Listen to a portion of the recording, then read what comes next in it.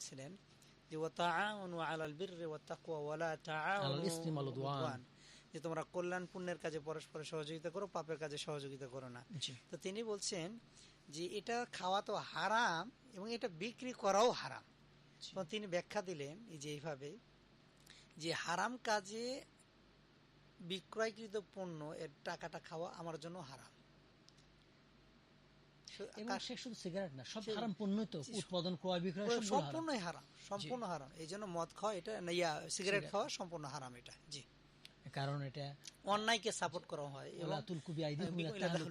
এটা হারাম কি কারণ অনেকে প্রশ্ন করবে। এক, যে মদ সিগারেট খেলে বর্তমানে আধুনিক মেডিকেল সায়েন্স বলছে এটা আপনার লাংস ক্ষতি করে দেয়, নিকোটিন বিষ। হ্যাঁ।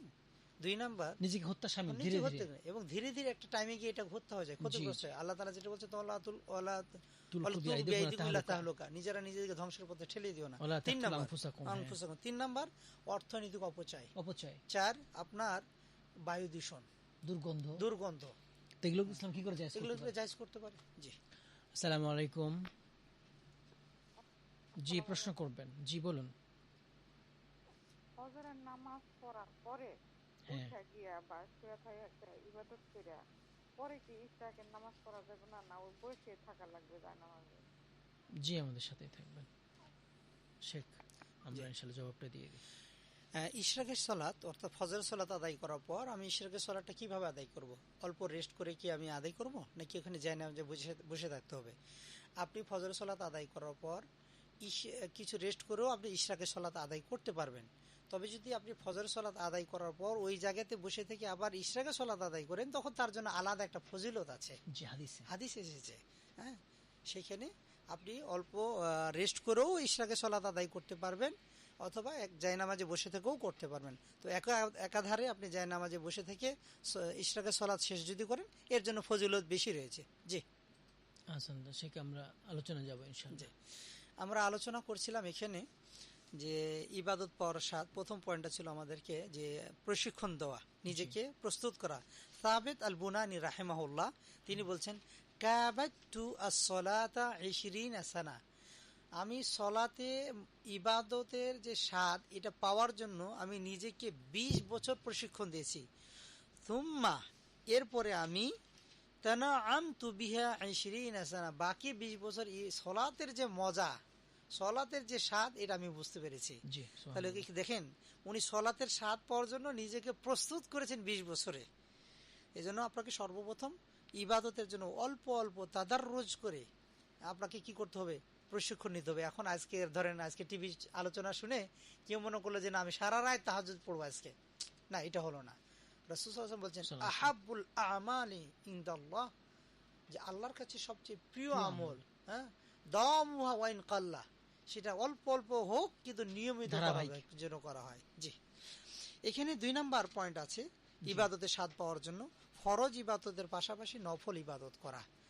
আল্লাহ রাসূল সাল্লাল্লাহু আলাইহি ওয়াসাল্লাম হাদিসে কুদসিতে বলছেন যে আল্লাহ তাআলা ইয়াকুল ওয়ামা ইয়াজালু আবদি ইয়াতাকাররাবু ইলাইয়া বিন-নওয়াফিল, বান্দা আমার কাছে সবচেয়ে বেশি কাছাকাছি হয় নফলের মাধ্যমে, এমনকি নফল ইবাদত করতে করতে আমি তাকে প্রিয় পাত্র হিসেবে গ্রহণ করি। সুবহানাল্লাহ, ভালোবাসি আমি তাকে। সুতরাং ইবাদতের স্বাদ পাওয়ার জন্য ফরজের পাশাপাশি আপনাকে নফল ইবাদত করতে হবে।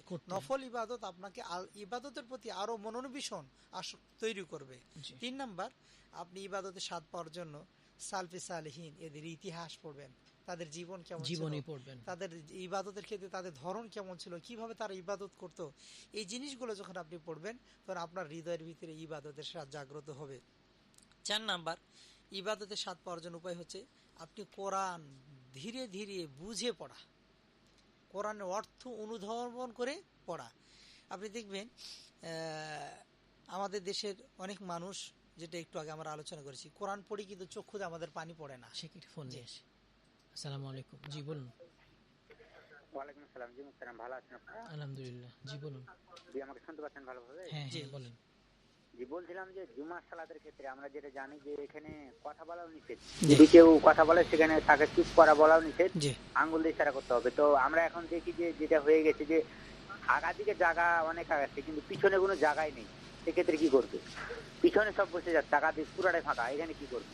জি বুঝতে পেরেছি, আমাদের সাথেই থাকবে। মুক্তাদি কি করবে, যারা পিছনে যাবে তারা কি করবে? জি শেখ আমরা জবাব দিয়ে জি, এখানে গুরুত্বপূর্ণ একটি প্রশ্ন। জুমার দিনে মুসল্লিরা যারা প্রথম দিকে আসে সামনের জায়গা খালি রেখে পিছনে বসে, পিছনে যারা পরবর্তীতে মুসল্লি আসে তারা জায়গা না পেয়ে দাঁড়িয়ে থাকে, তাদের করণীয় কি? আমাদের কথা বলাও নিষেধ, তারপর দুইজনের মধ্যে ঘাড় ফাঁক করে ডিঙিয়ে যাওয়াও নিষেধ, তাহলে আমরা কি করব? এই ক্ষেত্রে আপনি পিছন দিক থেকে ইমাম সাহেবকে ইশারা দেবেন যে মুসল্লিরা যেন সামনে যায়, ইমাম সাহেবকে দিয়ে বলাবেন, আপনি না, ইমাম সাহেব বলে দেবে এটা। জি, এবং আমাদের মুসল্লিরাই এই জ্ঞানটুকু থাকা দরকার। 2 নাম্বার, আপনারা যখন নামাজ বা সালাত শেষ হবে জুমার দিনে, ইমাম সাহেবের অনুমতি নিয়ে বা ইমাম সাহেবকে দিয়ে এই জিনিসটা কমপক্ষে ঘোষণা দেওয়া, আগামী জুমা থেকে আপনারা যারা প্রথমে আসবেন আপনাদের দায়িত্ব হচ্ছে প্রথম কাতার আগে পূরণ করা। জি জি, আলোচনায় আমরা যাচ্ছিলাম যে আমরা 4 নম্বর পয়েন্টে ছিলাম, বেশি বেশি কোরআন পড়া এবং অর্থ অনুধাবন করা, অর্থ সহকারে পড়া। আজকাল দেখা যায় আমাদের বাচ্চাগুলোকে আলহামদুলিল্লাহ আমরা কোরআনের হাফেজ বানাই ভালো, কিন্তু অর্থ আমরা বুঝি না, যার কারণে কোরআন পড়ি কিন্তু আমার কোরআনের যেই শিক্ষা সেই জিনিসটা প্রবেশ আমার হৃদয়ে থাকে না। আজকে দেখেন আমাদের মাদ্রাসা, বাংলাদেশে কোরআনের মাদ্রাসা অভাব নেই, এরপরে সমাজ পরিবর্তন হচ্ছে না। কারণ কি? কারণ কোরআনের যে অর্থ, কোরআনের যে অনুশাসন, কোরআনের যে শিক্ষা, আমরা কালো অক্ষর পড়েছি কিন্তু তার ভিতরে জিনিসটা আমরা নিতে পারি নাই, যার কারণে আমরা কোরআন পড়েও পাপমুক্ত জীবনযাপন করতে পারছি না। 5 নাম্বার, ইবাদতে স্বাদ পাওয়ার জন্য আপনার কাজ হচ্ছে আল বু'দু আনিল মাসিয়া ওয়াদ যুনুব, পাপ থেকে বেঁচে থাকতে হবে। আপনি দেখবেন আমাদের সমাজে অনেক মানুষ আছে যে কাল থেকে আমি কোরআন পড়া শুরু করব, কিন্তু কাল শুরু করতে পারে না। কাল থেকে আমি সালাত শুরু করব, কাল আর আসলো না, তার জীবন শেষ হয়ে গেল। কারণ কি? এই মানুষটা দেখেন পাপের সাথে জড়িত আছে, যার কারণে নিয়ত করার পরেও সে এই কাজটা করতে পারছে না। এই জন্য আপনি যদি ইবাদতের স্বাদ পেতে চান অবশ্যই আপনাকে পাপ মুক্ত জীবনযাপন করতে হবে। 6 নাম্বার, আল্লাহ তাআলা যে জিনিসগুলো আপনাকে খাওয়ার জন্য অনুমতি দিয়েছে, বৈধতা দিয়েছে, এইগুলো তুলনামূলকভাবে একটু কম ভক্ষণ করা, মানে বেশি পরিমাণ ভক্ষণ না করা। আপনি এমন ভাবে খেয়েছেন, রুকু সিজদা ঠিক মতো করতে পারছেন না, শরীরটাকে এমন ভাবে বানিয়েছেন অলস হয়ে গেছে। এই জন্য আহমদ ইবনে হারব তিনি বলছেন, আবাদতুল্লাহ 50 সানা, আমি আল্লাহর 50 বছর ইবাদত করেছি, ফামা ওয়াজাদতু হালাওয়াতাল ইবাদা, ইবাদতের স্বাদ কি সেটা উপলব্ধি করতে পারি নাই, হাত্তা তারাকতু সালাসাতা আশিয়া, যখন 3টি বিষয় ছেড়ে দিয়েছি তখন আমি এই ইবাদতের স্বাদ পেয়েছি। 1 নাম্বার কি? মানুষকে খুশি করার জন্য আমি যেদিন কথা বলা ছেড়ে দিয়েছি সেদিন আমি সত্য বলা শিখেছি। সেটা ফোন নিয়ে আসি, সুন্দর আলোচনা হচ্ছে। আসসালামু আলাইকুম, বলুন। জি, প্রশ্ন করবেন।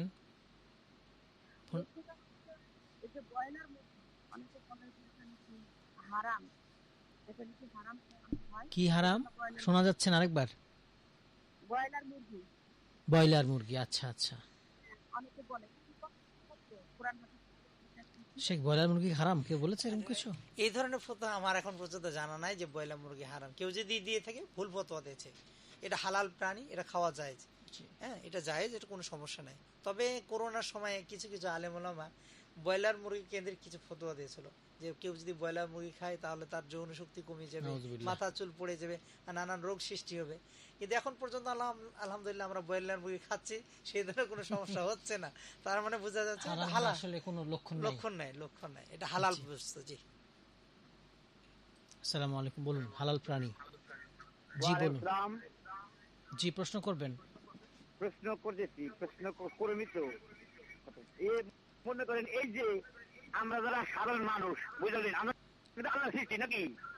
আল্লাহ সৃষ্টি, হ্যাঁ আমরা সৃষ্টি। এখন আমরা এই যে আমরা তাদের মাইন্ড করি না হুজুর, আমরা একজনের তো সুবহানাকা ওয়া বিহামদিকা, আল্লাহ সুবহানাকা ওয়া বিহামদিকা এটা বলা ঠিক। একজনের কাছে বাইক ধরি অবায়না খাতাই, এটা মানে ঠিক। আমরা কোন টাইমে নিব? আসসালামু আলাইকুম, আমরা অনুষ্ঠান শেষ করব, সংক্ষেপে বলবেন। জি, অনুষ্ঠানের সময় থেকে একটু বলবেন। অবশ্যই, সুন্দর। শেখ, আমরা শেষ দিকে চলে আসছি, 1 মিনিটে শেষ করবো ইনশাআল্লাহ। এই যে ছানার ব্যাপারে উনি প্রশ্ন করেছিলেন শেখ। জি, আমাদের এখানে দিনী ভাই বলছেন যে কেউ বলে সুবহানাকাল্লাহুম্মা ওয়া বিহামদিকা তাবারাকাসমুকা ওয়া তাআলা জাতুকা ওয়া লা ইলাহা গায়রুক, এই ছানা পড়া যাবে নাকি আল্লাহুম্মা বাঈদ বাইনা ওয়া বাইনা? দুই আলেম দুইটা বলছে, আমরা কোনটা করব? কোনটা মানব? ভাই দুইটাই সুন্নাহ, দুইটাই সুন্নাত, দুইটাই সহিহ, এক্ষেত্রে দুইটা সহিভাবে দুইটাই সহিভাবে প্রমাণিত। এই জন্য আপনাকে কেউ যদি বলে যে 2+2 = 4, কেউ যদি বলে 1+3 = 4, ফলাফল কিন্তু একটাই, দুইটাই রাইট আছে। এবং সেখানে আমি একটু যোগ দিই, সেটা হচ্ছে বাইক বাহিনী কথাগুলো অনেক দামি, অনেক দামি, অনেক দামি।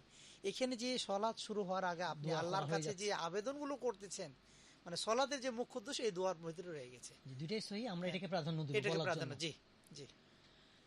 শেখ আমাদের ওই বক্তব্যটা দুইটা পয়েন্ট ছিল, শেষ করে সংক্ষিপ্তভাবে ইনশাআল্লাহ ইনশাআল্লাহ। সেখানে তিনি বলছিলেন যে 3টা বিষয় যখন আমি ছেড়ে দিয়েছি, আমি ইবাদতের স্বাদ পেয়েছি। 1, মানুষকে খুশি করার জন্য কথা বলা যেদিন ছেড়ে দিয়েছি, সত্য কথা বলা শিখেছি। মানুষের যারা মন্দ তাদের যখন সঙ্গ ছেড়ে দিয়েছি, সৎ মানুষের সঙ্গ পেয়েছি। আমি যখন দুনিয়াকে ভুলে গিয়ে পরকালকে স্মরণ করেছি, অনুসন্ধান করেছি, তখন আমি ইবাদতের স্বাদটা মনের ভিতরে ধারণ করতে পেরেছি। সুতরাং যদিও আপনার মানে মিথ্যা কথা বলার বা কাউকে খুশি করার সুযোগ রয়েছে, কিন্তু বলবেন না, তাহলে ইবাদতের স্বাদ পাইবেন না। জি, এই 3টা কাজ আমরা করব ইনশাআল্লাহ ইনশাআল্লাহ, আল্লাহ কবুল করুন। জি ইনশাআল্লাহ ইনশাআল্লাহ। একটা সর্বশেষ ফোন তো শেষ হয় না। আসসালামু আলাইকুম। আসসালাম, জি বলুন। আমরা যে বেতের নামাজে এই দোয়া কুনুত করে আল্লাহুম্মা ইন্নী নাস্তাইনুকা, আরেকটা হলো আল্লাহুম্মা দিনী ফিমান হাদাইতা, দুটার অর্থ কেমন হবে একটু বলে দিবেন? জি, সংক্ষেপে শেখ। আমরা আসলে দোয়া তো দুইটাই লম্বা, এখন সময় যেহেতু শেষের দিকে, আমি দিক থেকে কিন্তু ইয়াটা ফিমান হাদাইতা, আল্লাহুম্মা হাদিনি ফিমান হাদাইতা ওয়া আফিনি ফিমান আফাইতা, এটা আপনি পড়বেন। আল্লাহ আপনি যাকে হিদায়াত করেছেন তাদের অন্তর্ভুক্ত আপনি করুন। আল্লাহ আপনি যাকে নিরাপত্তা দিয়েছেন তাদের অন্তর্ভুক্ত করুন। আল্লাহ আপনি আমাকে অনিষ্টা থেকে আমাকে রক্ষা করুন। আল্লাহুম্মা বারিক লানা ফিমা আতাইতানা, আল্লাহ আপনি আমাকে যা দিয়েছেন সেখানে বরকত দান করুন। তারপরে হে আল্লাহ তাআলা আপনি আমাকে আযাব গজব থেকে রক্ষা করুন।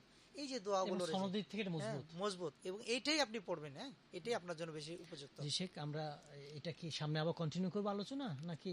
ইনশাআল্লাহ আমরা সামনের পর্বে ইনশাআল্লাহ, আমাদের এখনো অনেক বাকি আছে, আমরা ইনশাআল্লাহ যে ধারাবাহিক অনুষ্ঠান করব ইনশাআল্লাহ, সবগুলো জনগণের জ্ঞানের একটা জ্ঞান আহরণ হবে ইনশাআল্লাহ। আজকে সময় দিয়েছেন, জাযাকাল্লাহ খাইর। আল্লাহ বারিক ফিক। আল্লাহ তাআলা আপনার এই প্রচেষ্টা কবুল করুন। বিশেষ করে পিপলস রেডিও আমাকে এখানে ইনভাইটেশন করেছেন, এসেছি, সামনের দিনগুলোতে আসবো। আল্লাহ তাআলা তাদের খেদমতগুলো কবুল করুন এবং বারাকা দান করুন। বিশেষ করে আপনাকে ইসলামিক কাজগুলোর জন্য আল্লাহ তাআলা জাযায়ে খায়র দান করুন। আমিন আমিন আমিন। বন্ধুরা, আজকে অনুষ্ঠান শেষ করছি। আমরা সপ্তাহে 4 দিন থাকবো। ভাই জিজ্ঞেস করেছিলেন অনুষ্ঠান সূচি নিয়ে। আমরা সপ্তাহে 4 দিন থাকবো। রোববার 3টা থেকে 5টা, সোমবার 1টা থেকে 3টা, বুধবার 1টা থেকে 3টা এবং বৃহস্পতিবার 3টা থেকে 5টা। মানে হচ্ছে রোববার আর বৃহস্পতিবার 3টা থেকে 5টা, সোমবার আর বুধবার হচ্ছে 1টা থেকে 3টা। আজকে আমরা ইবাদতের স্বাদের কিছু অংশ আলোচনা শুনেছি, অনেক প্রশ্নের জবাবও শুনেছি। আল্লাহ তাআলা আমাদের আমল করার তৌফিক দান করুন। আল্লাহ তাআলা আমাদের সবাইকে কোরআন এবং সুন্নাহর আলোকে ইসলাম মেনে চলার তৌফিক দান করুন। আমিন। আসসালামু আলাইকুম ওয়া রাহমাতুল্লাহি ওয়া বারাকাতুহু।